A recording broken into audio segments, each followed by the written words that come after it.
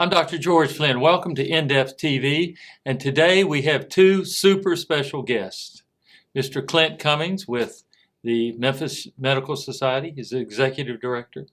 And Dr. Jerry Thompson, who I've known for years and years. And he is with the Le Bonheur and University of Tennessee in otolaryngology. Correct.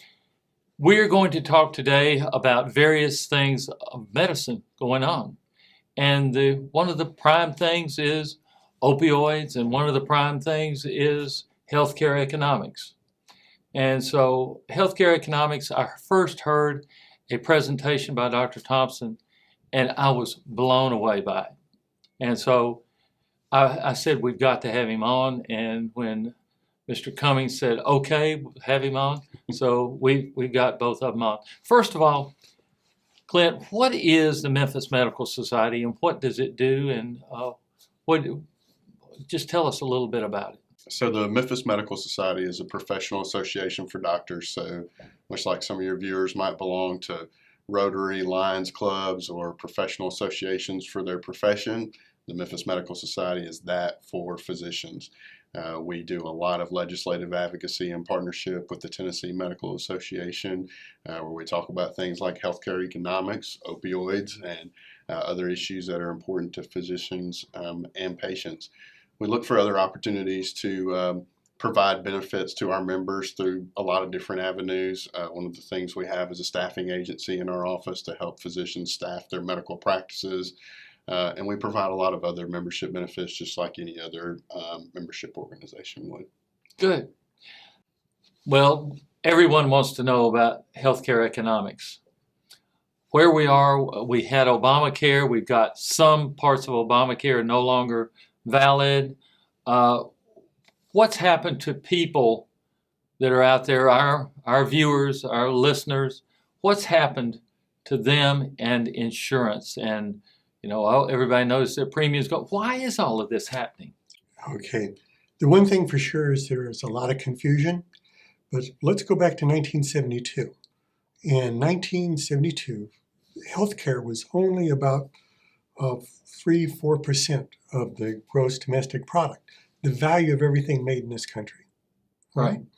When Ronald Reagan came in, he detected a significant change. It went up from 3 to 4 to 7, almost 8% of the GDP, and he declared it a national emergency. And so the greatest minds of all the institutions got together and came up with a healthcare plan, healthcare coverage, and they were called the Health Maintenance Organizations, HMOs. It was launched, the federal government supported it, just like Obamacare, but it didn't work.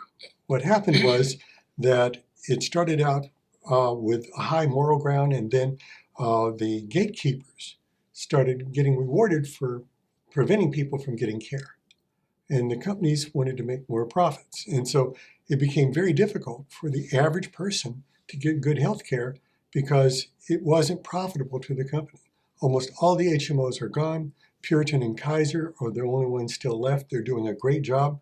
But that was the groundwork for what happened. Over the ensuing years, healthcare got more expensive. Healthcare got expensive because of technology. That's one of the reasons, because of inflation. In the 60s, we didn't have CT scans or MRIs. We didn't have the ability to take one drop of blood and do DNA testing and find out what diseases you may face. So there are tremendous advances that have occurred that were expensive. The training of doctors.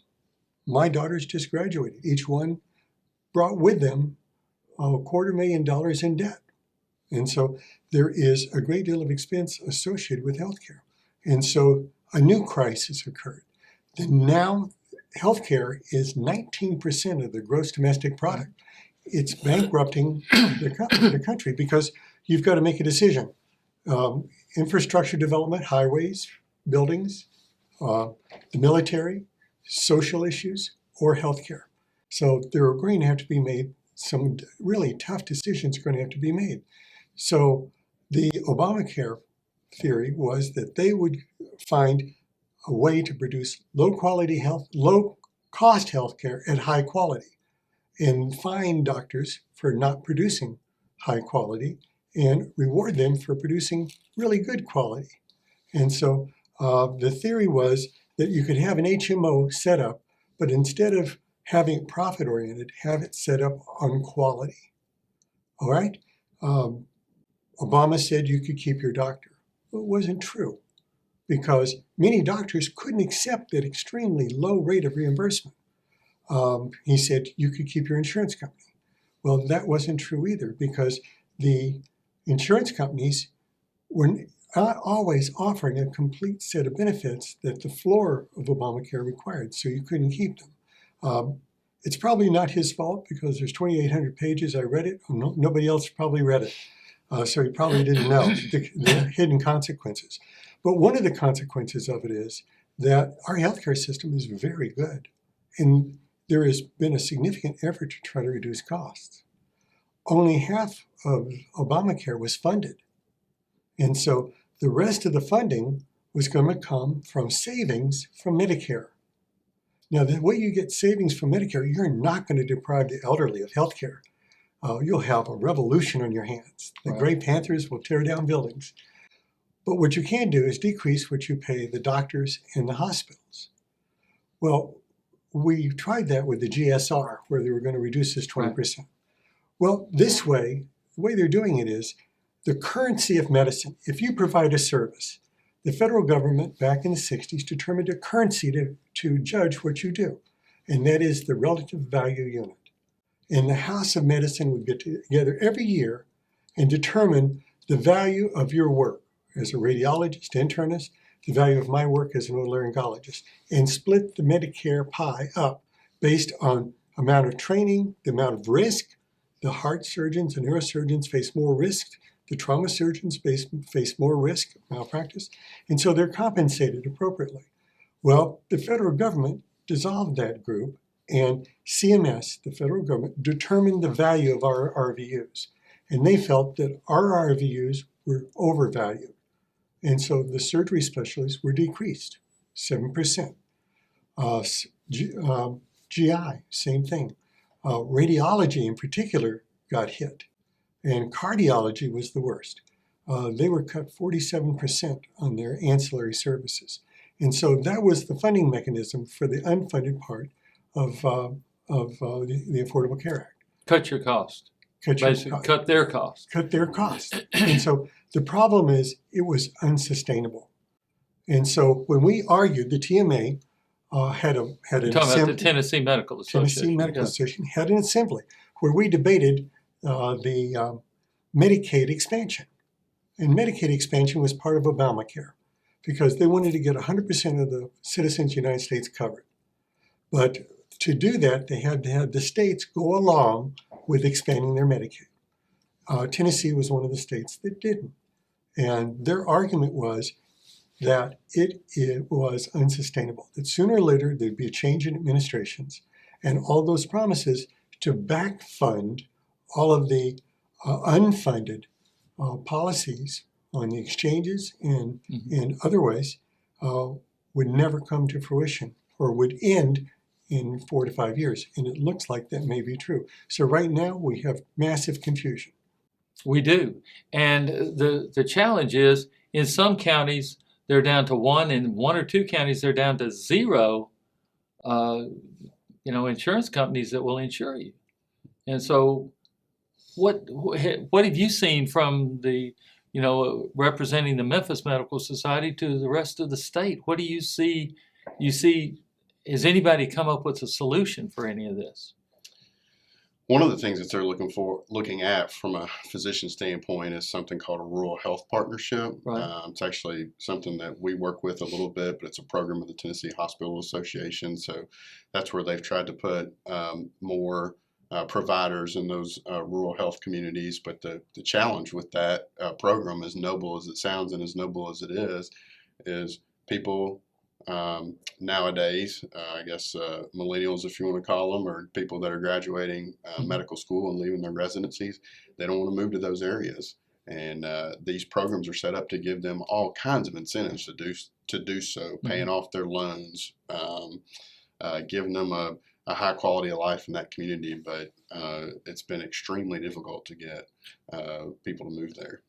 But we have seen a new model, haven't we, Dr. Thompson, as far as nurses, nurse practitioners, PAs? What is a PA versus a nurse practitioner? Because a lot of people don't understand the difference, and what can they do? What can these people do, and are they going to the rural communities? All right. Let's break it down into three types of nurses. There's the nurse that doesn't have an RN. She has an RN but didn't do a 4-year program. Okay. You can get a BSN RN where you have gone 4 years of college and gotten your RN that way. So you can have a 2-year RN or a 4-year RN. Okay. And after 4 years of nursing school and college combined, you can get your registered nurse degree.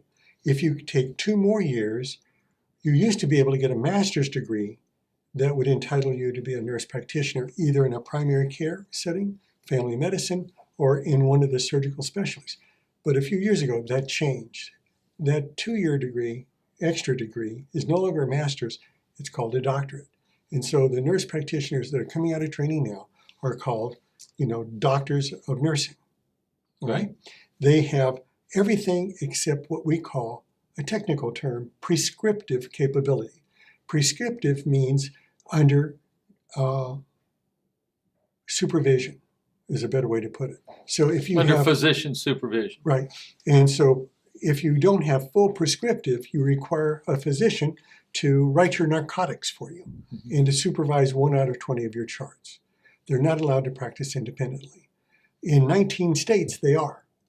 And so there was an effort of last year to get them full prescriptive, total unsupervised ability to provide care in the state of Tennessee. And that was delayed through negotiations for another 2 years. Okay. The latest change is one where the physician's assistants. Now, physician's assistants were people who went to college and then took an extra course, an extra year of courses. Now it may become 2 of medical training. They're not a nurse. They are a physician's assistant, and they work arm in arm with the physician. Well, many of them have gained a great deal of knowledge and feel that they should be able to practice independently too. So there is a new pathway where you've finished your physician's assistant's training, you take a 2-year internet course, then you practice with another family practice physician. You pass step 1 of the medical boards that we take, and then you practice again for 2 years with a family practice doctor, and then you can go into practice as a doctor of medical science in a rural community. And this effort was to eliminate the lack of medical care in rural communities. So there are 3 efforts afoot: the TMA in the legislature, the nurse practitioners, and the physician's assistants. Okay, so we have another confusing situation. I can understand why patients are confused, doctors are confused, nurses, everybody seems to be confused with this. Let's go to one other area where there's really no confusion. There are no answers. Opioid crisis. Opioid crisis. Do we agree there is a crisis, or where did this come from? Do you have any insights into this? Yeah, I think there's pretty consistent agreement that there is a crisis when it comes to opioids. There's no debating that. Too many people are dying in our state from opioids. So you've seen the governor come out with some legislative proposals to combat that crisis, because he nor anyone else wants to see any unnecessary lives lost to an overdose of opioids. So what you're seeing across the state is a debate about the best way to tackle the crisis. And doctors and those of us that represent doctors are always going to look at it from the best way to treat a patient.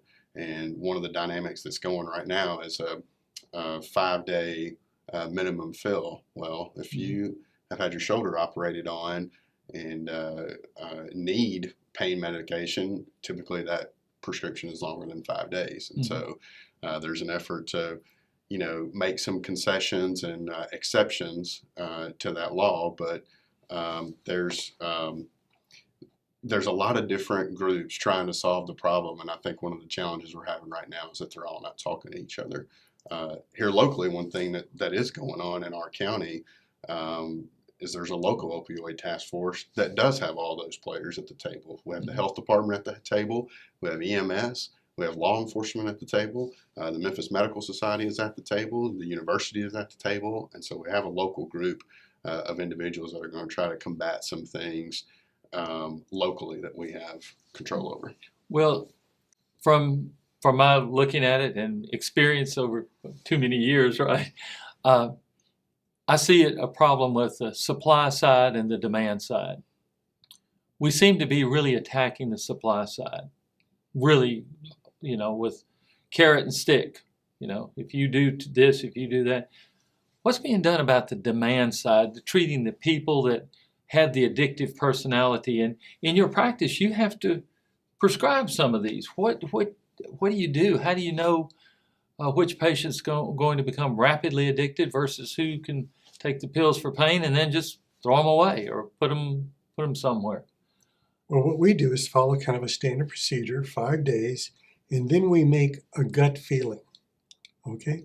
When one patient is dramatically different than any others that we've seen in our practice, we get the feeling that this is an abuse situation. The typical thing is, oh, I spilled my medicine, or 2, I lost prescription, or 3, I took it all in one night or something like that because I needed it because of the pain. And so we hear those stories and they start to follow a pattern. When we see that pattern, then we stop the prescriptions and try to refer them to a pain clinic. Okay, and a pain clinic. Tell me about pain clinics. What do they do differently than somebody else? Does either one of you understand the pain clinic concept? My understanding is that we have to be cautious about using the term pain clinics because I think there are 2 categories in the world right now of pain clinics. Okay, and, well that's important to know. Well, and for lack of a better term, there's legitimate ones and ones that aren't so legitimate. Right. And I think the easiest way to find a reputable one is probably to ask for a referral from your current physician as opposed to shopping on the internet or shopping for your doctor in some other way. But the government's gotten really strict on those. They're also called pill mills, and the government's done a good job of being pretty strict on those. And I think that is kind of step one of our battle in the opioid crisis, and the other is kind of back to the supply and demand issue. There's a curbing of education that needs to occur. I think we were all given information 20 or 30 years ago or so, we being physicians, where, hey, these drugs are a miracle. You give your patients these and they don't feel pain anymore.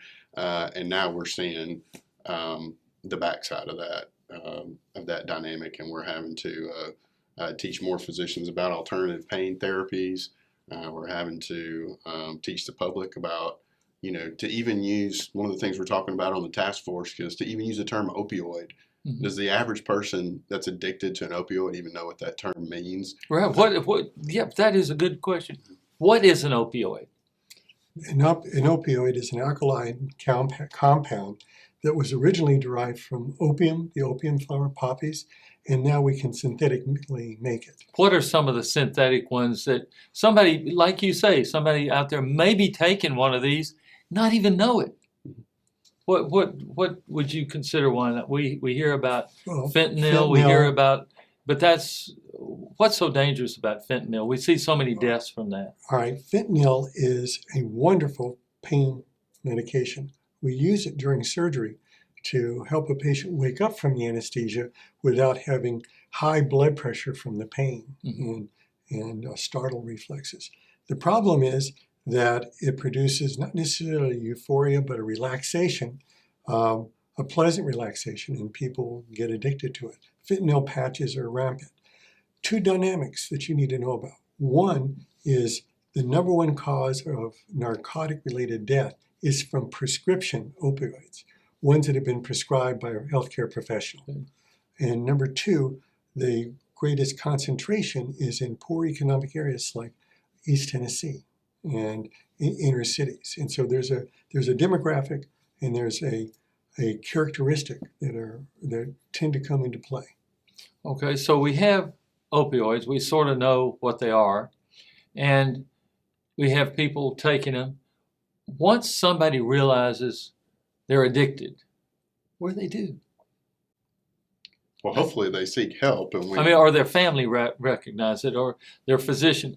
Where do they seek help? Where can they go? We've got some resources here in the community, and that's another challenge of the task force that I mentioned earlier. So the university has one of the, or actually it is the only recognized center of excellence for addiction medicine in the country. So we have a great resource right here in Memphis. But of course, the challenge is from a hospitalization standpoint, there's a limited number of beds to do inpatient treatment. And we're also learning that even from an outpatient standpoint, we're running out of places to put these people. So one of the things that the task force is looking at is we need more resources in the community, because another statistic that you can easily look at to see the kind of situation we're in is there's a drug called Narcan that is used to administer to people who do overdose. EMS folks carry it. There's a lot of efforts throughout the country to let general members of the public access Narcan. Our EMS folks are running out of Narcan 3 and 4 months into the year. There's not enough money to pay for all the supply that they need. And you're getting that dynamic of people who are prone to overdose know that it's out there and available. They know they can be saved. So the Russian roulette continues with their drug use. So I've seen around the country, some places have safe houses where you can go and inject, and they'll have maybe Narcan or maybe something. Is it making any headway here? And I see plus and minuses of that, but is anybody talking about that here yet? Haven't heard anything about it. Okay. I don't see those here. I think what I see is that movement towards availability of Narcan. I believe it was in Mississippi.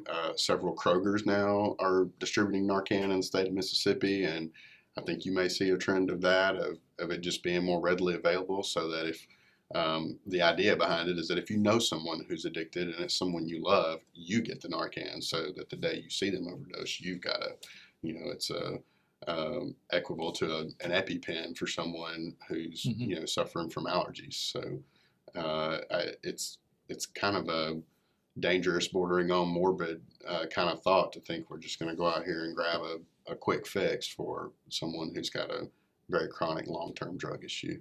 Well, I've heard anecdotal stories where someone would give an overdose patient Narcan, and yes, it would save their lives, but the patient would wake up mad that you knocked out their high. I mean, I thought, my goodness, what's happening here? Let's talk about the nature of a narcotic death. It's not magic how morphine, let's say morphine or fentanyl or anything else, how it kills you. It suffocates you. What it does is it suppresses the respiratory drive. And when your respiratory drive decreases, your oxygen level falls and your carbon dioxide levels go up. You don't feel the need to breathe. And you're very somnolent, you're sleepy, and you simply go to sleep and you don't wake up. And the Narcan reverses that effect in your brain and allows your brain to snap back on and start breathing for you again. The important thing is, if they're not breathing, in the ABCs, airway, of supporting someone and getting help there immediately. Because if you can save them from a prolonged period of not breathing, you can possibly save their brain. So what you're talking about is apnea, and then the oxygen level goes down, you deprive your brain of oxygen, and then you get brain death. Right.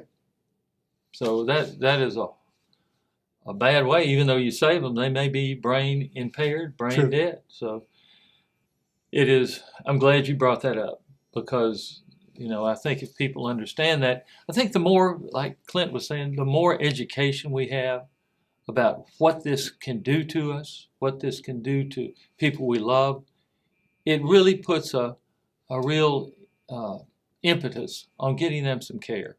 Now, where to get care? Then we have the one center of excellence, and I believe that isn't that Dr. Sumrock? And Yeah, Dr. Sumrock is yeah, the leader of that program. Is the leader of the program. So, if anyone has any questions, can we put the Medical Society number at the bottom of the screen, and you can call the Medical Society and get referred to different areas, especially if you've got a loved one that you think may be having a problem here. It doesn't hurt to refer them. They're not going to be arrested.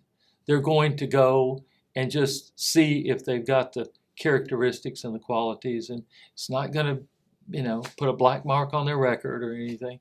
It's going to get them help. I think it's important to note too that no matter how dependent they are and how bad you think it is, if it's one of your loved ones, these programs are highly trained and know how to wean people off basically and Right. do it in a healthy way. It's not their first rodeo. Right. They've seen a lot of patients, and I know Dr. Sumrock very well, and he's seen a lot of people, and everybody says, my case is unique. Mm-hmm.